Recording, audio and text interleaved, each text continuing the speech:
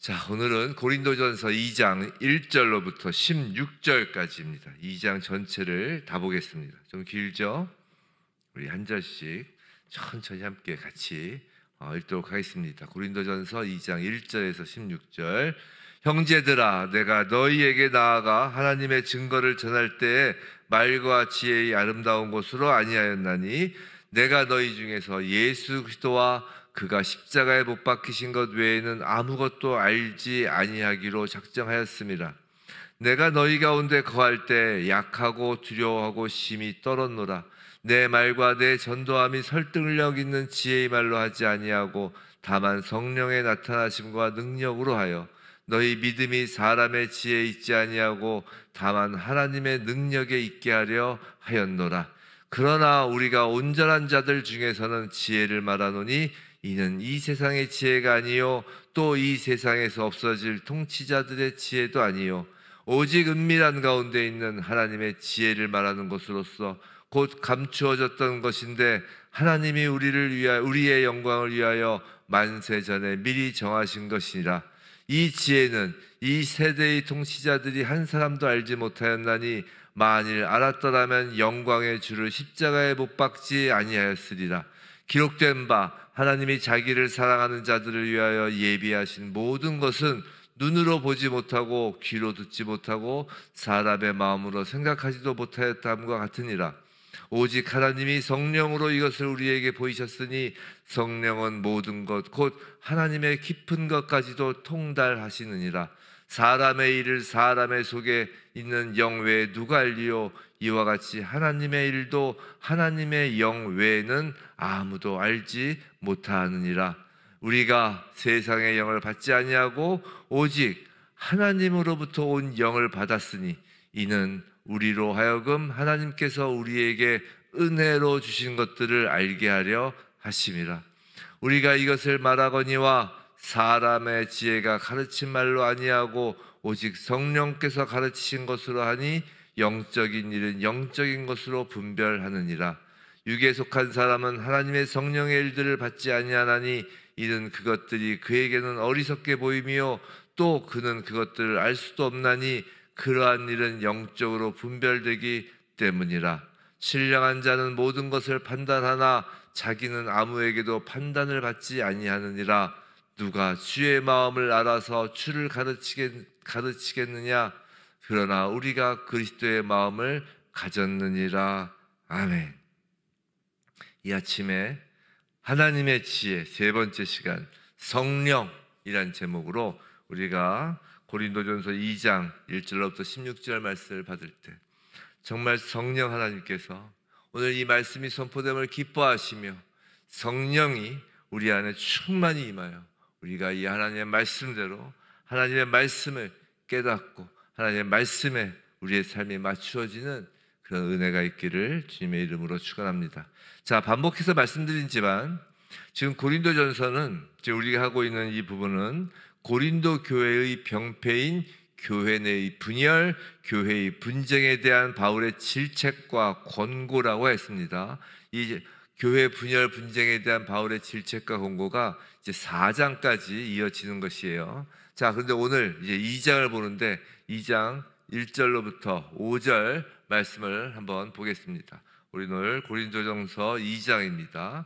자, 2장 1절로부터 5절 말씀을 보면 자, 과거 사도 바울이 자신이 고린도에서 복음을 전할 때 오직 하나님의 지혜인 2절 하나님의 지혜인 뭐라고요? 예수 그리스도와 그가 십자가에 못 박히신 것 외에는 전하지 않은 사실을 상기시킴으로써 그 반대로 이제 현재 고린도 교회 내에서 복음이 아닌 인간적 요소를 내세우며 분열을 획책하는 것의 부당성을 지금 지적하고 있는 것이에요. 그러니까 2장 1절로부터 5절까지는 이전 것을 조금 다시 복습하는 거예요. 자, 그 중에서 이제 1절 다시 보시면 2장 1절을 보면 자신이 복음을 전할 때 말과 지혜의 아름다운 것을 아니하였나니라고 하죠. 즉 언변이나 인간적 세상적 지혜에 의지하지 않았음을 말하고 있습니다. 그렇다면 왜 바울은 2절과 같이 예수 그리스도와 그의 십자가 외에는 알지 않기로 작정하였을까요? 그 계기가 있었다는 것이에요. 그 계기를 이제 3절에서 말하고 있어요. 3절 보시면 내가 너희 가운데 거할 때 약하고 두려워하고 심히 떨었노라 라고 하죠. 근데 여기서 너희 가운데 거할 때라고 하는 이 번역된 전치사가 뭐뭐 안에를 뜻하는 헬라어 n이 아니라, 즉 너희 안에 있을 때란 뜻이 아니라 너희를 향하여란 뜻이 있는 프로스예요. 즉 너희를 향할 때에 내가 약하고 두려워 심히 떨었다는 것이에요. 이게 무슨 말이냐면 이게 그 당시를 알아야 되는데, 하나는 두 가지 의미를 함축하고 있어요. 하나는 사도 바울이 이제 고린도 도시를 향하여 갈 때 그때 이미 바울은 약하고 두려워하고 심히 떨었다는 것이에요. 그리고 또 하나 의미는 너희, 즉 고린도 사람들에게 복음을 전하기 위하여 나아갈 때, 즉 말씀을 선포할 때, 너희들에게 말씀을 선포할 때 내가 약하고 두렵고 떨었다는 것이에요. 이건 이제 사도행전을 보시면 좀 아는데, 사도행전에서 고린도에서 사도 바울이 사역했을 때 장면이 사도행전 18장이라고 그랬죠. 자, 그럼 과연 사도 바울이 고린도를 향하여 갈 때, 고린도 도시를 갈 때, 그 고린도 사람들에게 복음을 전할 때 왜 이렇게 사도 바울이 약하고 두려워하며 심히 떨었는지는, 그 18장이 고린도 교회, 사도행전 18장이 고린도 교회 안에서 있었던 일이라면 이제 16장, 17장을 보면 아는데, 대략 이런 거예요. 뭐냐면 이제 바울이 마게도니아에 이제 딱 도착해서 첫 사역지인 빌립보에 이제 도착을 합니다. 근데 빌립보에서 어떻게 됐죠? 매를 맞고 이제 감옥에 갇혔었죠. 그리고 이제 데살로니가 베레아 지역에서 계속 불량배들에게 쫓겨 다닙니다. 그리고 아덴, 이제 요새 말로 하면 아테네죠. 그 아테네까지 이제 쫓겨가는데, 그곳에서 이제 명설교로 손꼽히는 그 설교를 하였어요. 그럼에도 불구하고 그곳 아덴에서는 아예 교회가 개척되지 않을 정도로 전도의 열매가 적었습니다. 사도 바울이 누구예요? 교회 개척 전문가 아니에요. 가는 곳마다 교회를 세우는데 이 아덴에서는 그게 안 됐어요. 이제 그런 상태에서 사도 바울이 이제 고린도를 향하는 것입니다. 몸도 지치고 마음도 위축된 것이죠. 그런데 특히 우리가 여기서 주목할 것은 고린도에 오기 직전에 사도 바울이 아테네에서의 실패 경험이에요. 이 사도행전 17장에 아테네에서의 그 사역이 나와 있는데, 그 바울이 아덴에서 복음을 헬라 철학과 결합시키려 시도했다고요. 근데 별 성과를 거두지 못한 거예요. 그러니까 바울이 확 위축이 되는 것이죠. 그는 이제 그래서 아덴에서의 경험을 통해서 이제 훌륭한 화술이나 세상 지혜로는 복음을 바로 전할 수 없다는 것과 아울러서 그 일이 전혀 무익하다는 것을 터득한 거예요. 그러니까 사도 바울도 처음부터 짠 나타나가지고 막 너무나 잘 가르치고 너무나 하나님의 마음에 합하게 그렇게 일을 한 게 아니라 이런 경험 저런 경험 이렇게 하는 것입니다. 그래서 4절에서 뭐라고요? 내가 이제 성령의 나타남과 능력만을 의지하겠다는 것입니다. 자, 5절이 이제 1절부터 5절까지에서의 결론 부분이에요. 너희 믿음에 사람의 지혜 있지 아니하고 다만 하나님의 능력에 있게 하려 하였노라. 자, 바울이 성령의 능력으로 오직 그리스도의 십자가만을 전하는 이유는 고린도 교인들로 하여금 그들의 믿음을 사람의 지혜가 아닌 하나님의 능력에 바탕을 두게 하려는 목적 때문이라는 것입니다. 자, 바울은 이처럼 1절부터 5절까지 해서 자신은 오직 십자가의 도만을 전하였음을 강조하면서 현재 교회에서 분열되고 있는 이유가 순수한 복음이 아닌 인간적 요소를 내세우는 것 때문임을 지금 말하고 있는 것이에요. 성도 여러분, 교회가 분열되는 건 다 각자의 소견 때문이잖아요. 우리 사사기에서 잘 아시는 말, 사사기의 주제가 뭐예요? 각자의 소견대로. 그래서 각자의 소견대로 해서 이제 나중에 결국 왕을 세우죠. 각자의 소견대로 분열되는 거예요. 각자의 소견대로.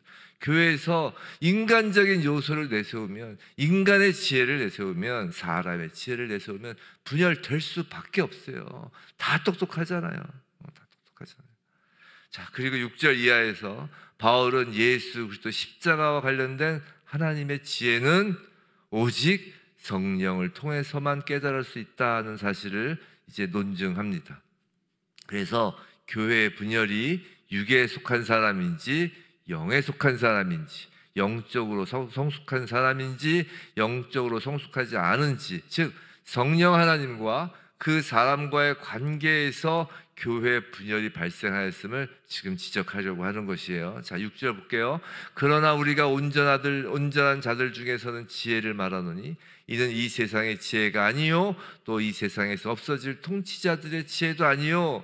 7절 오직 은밀한 가운데 있는 하나님의 지혜를 말하는 것으로서 곧 감추어졌던 것인데 하나님이 우리의 영광을 위하여 만세전에 미리 정하신 것이라. 자, 성령에 관하여 이제 언급하기 이제 앞서 지금 이제 이후에 이제 성령을 이제 계속 이야기하실 건데 그 성령에 관하여 언급하기 앞서 먼저 6절 7절 방금 읽은 6절 7절에서는 사도 바울은 지금 성도의 영광을 위하여 만세전부터 정해두시고 감추어두신 하나님의 은밀한 지혜에 대하여 말씀을 하려고 하는 거예요. 근데 6절에서 온전한 자들이라고 하죠. 이 온전한 자들은 영적으로 성숙한 자들을 가리키는 말이에요. 그 영적으로 성숙한 자들이 무엇인지는 이제 3장 1절 이후에 보다 분명하게 언급되고 있는데 간략히 말씀드리면 이런 거예요. 바울은 사람을 이렇게 분류해요. 이 고린도전서에서 2장, 3장 이후에서 하나는 육적인 사람이 있고요. 이게 헬라어로 푸시키코스예요. 육적인 사람. 또 하나는 영적인 사람이 있어요. 이건 푸뉴마티코스인데 이렇게 푸시키코스, 푸뉴마티코스, 육적인 사람, 영적인 사람으로 구분을 합니다. 이 육적인 사람은 성령을 받지 못한 채 하나님의 지혜를 깨닫지 못한 사람이고요. 이 후자 영적인 사람 푸뉴마티코스는 성령으로 하나님의 지혜를 깨달은 사람이에요. 자, 그런데 이 후자를 다시 또 둘로 나뉘어요. 그러니까 영적인 사람, 성령을 받은, 쉽게 얘기해서 성령 받지 못한 사람, 성령 받은 사람 이렇게 둘로 나뉘는데 성령 받은 사람도 둘로 나뉘어요. 그래서 성령을 받은 자들 중에 아직 영적으로 미숙한 상태에 있는 어린아이와 같은 사람과 영적으로 성숙한 자, 성인과 같은 자로 구분을 해요. 근데 이 6절에서 오늘 방금 읽은 6절 본문에서의 온전한 자들이란 바로 이와 같이 온전한 자, 즉 영적으로 성숙한 자들, 딱딱한 음식을 먹을 수 있는 자들을 가리키는 것이에요. 또 6절에서 통치자라고 하죠. 통치자들의 지혜로도 안 한다는 거 아니에요. 이 통치자는 이 세상에 영향력을 미치는 모든 자를 의미해요. 정치가, 행정가, 철학가, 과학, 예술의 영역에서 탁월한 모든 자들을 포함합니다. 그런데 이들의 영적 배후는 하나님의 영이 아니라 세상에서 특별한 지배력과 영향력을 발휘하는 세력 그 배후에 있는 공중권세 잡은 자 사단의 권세를 의미하는 것이에요. 이처럼 영향력 있는 통치자의 지혜조차도 7절 은밀한 가운데 감춰졌던 지혜와 딱 맞닥뜨리면 그 존재가 희미해진다는 거예요. 근데 이렇게 감추어진 하나님의 지혜가 재밌는 건 7절에서 보시면 우리의 영광을 위하여 만세전에 미리 정하신 것이라는 거예요. 이게 중요해요. 우리의 영광. 자, 우리의 영광이 뭐예요? 보통 우리 하나님의 영광만을 우리는 생각하죠. 말하죠. 근데 우리의 영광도 있어요. 이 우리의 영광이란 이 땅에서 하나님의 백성들이 하나님의 임재를 경험하는 현세적 영광이 있고요. 또 하나는 하나님의 백성들이 하나님과 함께 나눌 종말론적 영광을 의미해요. 즉 우리의 영광을 위하여 하나님은 그 창세전부터 그 만세전부터 그 지혜를 감추어 주셨다는 거예요. 만세전은 영원전이죠. 시간이 창조되기 전에 하나님의 지혜, 그리스도와 십자가로 인한 구원의 계획이 창세전부터 이미 존재하였다는 것입니다. 그러므로 이 복음은 절대 사람들의 지혜로 알 수 없는 거예요. 자, 지혜가 뭐라고 그랬어요? 생각의 틀이라고 그랬잖아요. 세상의 생각의 틀로는 하나님의 이 생각의 틀을 우리가 알 수 없는 것이죠. 자, 8절, 9절. 이 지혜는 이 세대의 통치자들이 한 사람도 알지 못하였나니 만일 알았더라면 영광의 주를 십자가에 못 박지 아니하였으리라. 자, 이게 뭐냐? 자, 감추어진 비밀을 알 수 없는 그 영적 무지를 이제 사도 바울은 입증하는 거예요. 그 대표적인 신뢰로 자, 너희들이 얼마나 지혜가 없는지를 내가 이제부터 말해볼게 라고 하면서 8절에서 예수 당시의 그 통치자들이 예수를 몰라보고 십자가에 못 박은 사실을 그 증거로 지금 제시하는 것입니다. 봐라, 니들이 얼마나 그 지혜를 알지 못하는지, 하나님의 지혜를 모르는지. 자, 그리고 9절에서는 이제 구약을 인용합니다. 이 기록된 바라서 구약을 인용하는데, 자, 보면은 뭐가 나오냐면, 자, 눈으로 보지 못하고 귀로 듣지 못하고 사람의 마음으로 생각하지도 못하였다라고 하죠. 이것이 이제 인간이 지식을 얻는 세 가지 통로예요. 세 가지 근원입니다. 보는 것, 듣는 것, 생각하는 것을 통해 감추어진 하나님의 지혜를 아는 것이 실패하였다 너희들이 라고 이렇게 사도 바울이 논증하는 것이. 자, 그런데 이 9절의 핵심은 뭐냐면 하나님이 자기를 사랑하는 자들을 위하여라는 거예요. 이게 이사야서에 나온 말씀이죠. 이사야서에 나온 말씀인데 하나님이 자기를 사랑하는 자들을 위하여가 9절의 핵심이에요. 자, 하나님의 지혜를 아까 7절에서는 누구를 위하여 감춰줬다고 그랬어요? 바로 우리를 위하여 감춰줬다고 그랬죠. 근데 그 하나님의 백성인 우리를 위하여 감춰주셨는데 그 하나님의 백성이 누구냐면 곧 하나님을 사랑하는 자들이라는 것이에요. 성도 여러분, 이게 중요합니다. 하나님을 사랑하는 그 자들에게 지혜를 계시하신다는 것이에요. 지금 고린도 교회 분열을 이야기하고 있는 거잖아요. 근데 분열된 고린도 교인들에게는 사랑보다 지식이 더 중요했던 것이에요. 그런데 사도 바울이 보기에 하나님이 우리를 위해 준비해 주신 그 지혜를 아는 열쇠는 그 지식이 아니라 하나님을 사랑하는 것이라는 거예요. 고린도전서 8장 2절 3절에 이런 말씀이 있어요. 만일 누구든지 무엇을 아는 줄로 생각하면 아직도 마땅히 알 것을 알지 못하는 것이요, 또 누구든지 하나님을 사랑하면 그 사람은 하나님도 알아주시느니라 라고 한다고요. 성도 여러분, 아는 것이 중요한 것이 아니라 하나님을 사랑하는 것이 중요하다는 것이에요. 우리가 그 히스비에브 처치 이사야서 11장 9절이죠. 물이 바다를 덮음같이 여호와를 아는 지식이 세상에 충만하기를. 자, 여호와를 아는 지식에서 지식이 뭐라고 그랬어요? 야다라고 했잖아요. 야다. 그냥 머리로 하는 지식이 아니라 우리가 야다. 마치 부부관계가 부부들이 서로 잘하는 것처럼 정말 인격적인 알을 이야기하는 거잖아요. 우리가 안다라는 그의 극치가 뭐예요? 그게 바로 사랑이잖아요. 즉 하나님을 사랑하는 것이 중요하다는 것이에요. 하나님을 사랑하면 방금 뭐라고요? 하나님은 그 사람을 알아주신다는 것이에요. 고린도 교회가 부족한 것이 바로 하나님 사랑이었던 것입니다. 하나님 사랑 없는 형제 사랑, 이웃 사랑은, 다시요, 하나님 사랑 없이도 형제 사랑, 이웃 사랑 할 수 있다니까요. 근데 그런 형제 사랑, 이웃 사랑은 그저 세상의 지혜에 머무르는 것이지만 하나님 사랑에서 비롯된 형제 사랑, 이웃 사랑은 하나님의 지혜의 수준이라는 것이에요. 그리스도에 다다를 수 있다는 것입니다. 그 사랑이 있다면 그리스도를 찢어내는 그 교회의 분열이 있을 수 없다는 것이죠.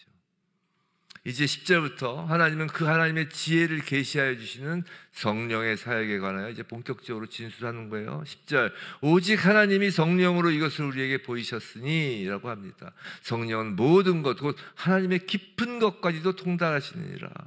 하나님의 비밀스러운 지혜를 하나님은 성령을 통하여 우리에게 보여주시는데, 성령은 하나님의 깊은 것, 이걸 원어의 의미대로 해석하면 깊고 풍성한 것이에요. 그 하나님의 깊고 풍성함을 성령이 통달하여 우리에게 알려주신다는 거예요.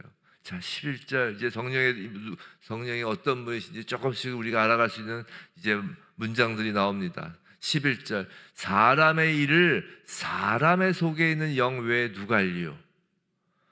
이와 같이 하나님의 일도 하나님의 영 외에는 아무도 알지도 못하느니라. 이렇게 돼 있죠. 이 사도 바울의 서신서를 볼 땐 이 문장을 꼼꼼히 보면 재밌어요. 자, 11절에서 사람의 일과 뭘 비교하죠? 하나님의 일을 비교해요. 또 사람의 속에 있는 영과 또 뭘 비교하죠? 하나님의 영을 대비해요. 그래서 이 하나님의 영, 즉 성령만이 하나님의 일을 알고 있음을 논증합니다. 그래서 재밌는 건 뭐냐면 이 11절에서 자, 사람의 일과 하나님의 일을 비교했어요. 그 다음에 사람의 속에 있는 영과 비교를 한다면, 똑같이 이야기를 한다면 하나님 속에 있는 영이라고 해야 되잖아요. 근데 그렇게 하지 않고 그냥 하나님의 영이라고 한다고요. 무슨 말이냐면 사람의 속에 있는 영, 우리 사람의 속에 있는 영은 모든 사람 속에 존재하는, 모든 인류 속에 존재하는 자의식으로 우리가 소위 말하는 영혼을 가리키는 거지만, 혼을 가리키는 거지만, 하나님의 영은 단순히 하나님 안에 있는 하나님의 이 자의식이 아니라 하나님의 영 해가지고 독립한 개체라는 거예요. 하나님의 속에 있는 영이 아니라 독립한 개체라는 거예요. 즉 성령은 성부 하나님과 관계하시는 또 다른 제3위 하나님으로서 인격적인 분이시다라는 거예요. 그러니까 사람 속에 있는 영과 하나님 속에 있는 영으로 비교를 안 했다고요. 삼위일체는 신비이죠. 인간의 언어와 생각과 이성과 지성으로 완전히 깨달을 수도 없고 표현도 어렵습니다. 근데 성령은 창세전부터 성부 하나님과 함께 역사하시고 동행하시며 우리 사람의 언어로 치면 지정의를 가지신 인격이 있으신 분이라는 것이에요. 우리는 이걸 잊어버리면 안 돼요. 성도 여러분, 그리스도인은 당연히 신앙이 곧 삶인 신앙생활을 합니다. 우리는 신앙생활 따로 뭐 일반 생활 따로가 아니라 신앙이 곧 삶인 신앙생활을 해요. 근데 신앙생활은 반드시 명심해야 될 것이 성령과 함께하는 생활이에요. 근데 성령님이 인격 체험을 모른다거나 아니면 잊어버리고 생활을 하는 것이죠. 그러니까 이상하게 퍽퍽하게 신앙생활을 하는 거예요. 아니면 사실 알면서도 무시하기도 하죠. 자, 지금 성령님이 저와 여러분, 우리 각자와 함께 바로 곁에, 바로 내 안에 계시는 거예요. 그분과 함께하는 것이 신앙생활이에요. 신앙생활은 내가 산속에 들어서 돛 닦듯이 착한 사람이 돼야지, 이제 이게 딱 가부좌세 트고서 이렇게 돛 닦는 게 아니에요. 기독교는 실체인 성령님과 함께 생활하는 것이 신앙생활이라고요. 그래서 성령님을 통하여 우리 주님께 묻기도 하고 사랑 고백을 하기도 하고 또 제3의 인격체니까 성부, 성자, 성령의 제3위 인격체니까 성령님 사랑합니다 고백하기도 하고 성령님께 묻기도 하고 성령님 의지하기도 하고 마치 사랑하는 사람과 함께 하듯이 있는 거라고요. 우리가 그 성령님을 너무 외롭게 놔두지 않길 바랍니다. 자, 12절, 우리가 세상의 영을 받지 아니하고 오직 하나님으로부터 온 영을 받았으니 라고 하죠. 자, 여기선 세상의 영과 하나님으로부터 온 영을 대비해요. 지금까지 어제까지 우린 세상의 지혜와 하나님의 지혜를 살펴보았어요. 이제 그것을 이제 영적인 측면에서 사도 바울이 풀어내고 있는 거예요. 아까 세 가지 측면을 말했는데 보는 것, 듣는 것, 생각하는 것 그렇게 있었죠. 세상의 지혜로서 우리가 보고 듣고 생각하는 것의 영적 배후에는 세상의 영이 있다는 것입니다. 제가 자주 말씀드리죠. 성령님이 일하시는 통로도 우리가 보고 듣고 그 다음에 생각하는 것으로 성령님이 통하여 일하세요. 성령님이 독립하신 인격체잖아요. 그럼 성령님이 어떻게 우리와 함께 일을 하시냐면 우리가 보는 것을 통하여, 우리가 듣는 것을 통하여, 우리가 생각하는 것을 통하여 성령님이 일을 하세요. 사단도 똑같다는 것이에요. 보고 듣고 생각하는 그 영적 배후에 세상의 영이 있다는 것이에요. 그러니까 우리가 무엇을 보는지가 중요하고 무엇을 듣는지가 중요한 것이에요. 그리고 어떤 생각을 하는지가 중요한 것입니다. 자, 하나님의 지혜는 오직 하나님으로부터 온 영, 여기서도 성령의 인격성을 엿볼 수 있죠. 하나님의 영을 하나님으로부터 온 영이라고 이제 하는 것입니다. 그 하나님의 지혜는 성령으로 알게 하신다는 거예요. 자, 이제 13절, 14절에서는 이것을 이제 구체적으로 적용하는 것이에요. 자, 우리가 이것을 말하거니와 사람의 지혜가 가르친 말로 아니하고 오직 성령께서 가르치신 것으로 하니 영적인 일은 영적인 것으로 분별하느니라. 자, 육에 속한 사람은 하나님의 성령의 일들을 받지 아니하나니 이는 그것들이 그에게는 어리석게 보임이요 또 그는 그것들을 알 수도 없나니 그러한 일은 영적으로 분별되기 때문이라. 자, 13절은 가르침에 관하여 하는 말씀이고요. 14절은 그 가르침을 받는 것에 관한 말씀을 하는 거예요. 어렵지 않아요. 자, 13절, 14절에 분별하느니라를 구약과 헬라어 원역에 따라서 보면 이런 거예요. 분별한다는 건 이런 거예요. 이 언어적 의미는 분별할 수 있도록 꿈을 해석하다, 영적인 것들을 영적인 것들과 결합하다, 영적인 것들을 영적인 것들을 해석하다라는 뜻이에요. 그 예가 이런 거예요. 구약을 보면 요셉이나 다니엘이 영으로 주신 하나님의 꿈을 뭘로 해석하냐면 영으로 해석하는 거예요. 꿈을 사람의 지혜로 해석하는 게 아니라, 세상의 지혜로 해석하는 게 아니라 영으로 해석하는 거라고요. 그럼 지금 신약의 교회에선 그것을 어디에 적용할 수 있느냐, 이런 거예요. 설교 있잖아요. 이렇게 강대상에서 예배 때 이렇게 설교를 하면 설교를 하는 자나 듣는 자나 모두에게 이것은 영적인 일인 거예요. 영적인 가르침과 영적인 해석으로 이루어진다는 거예요.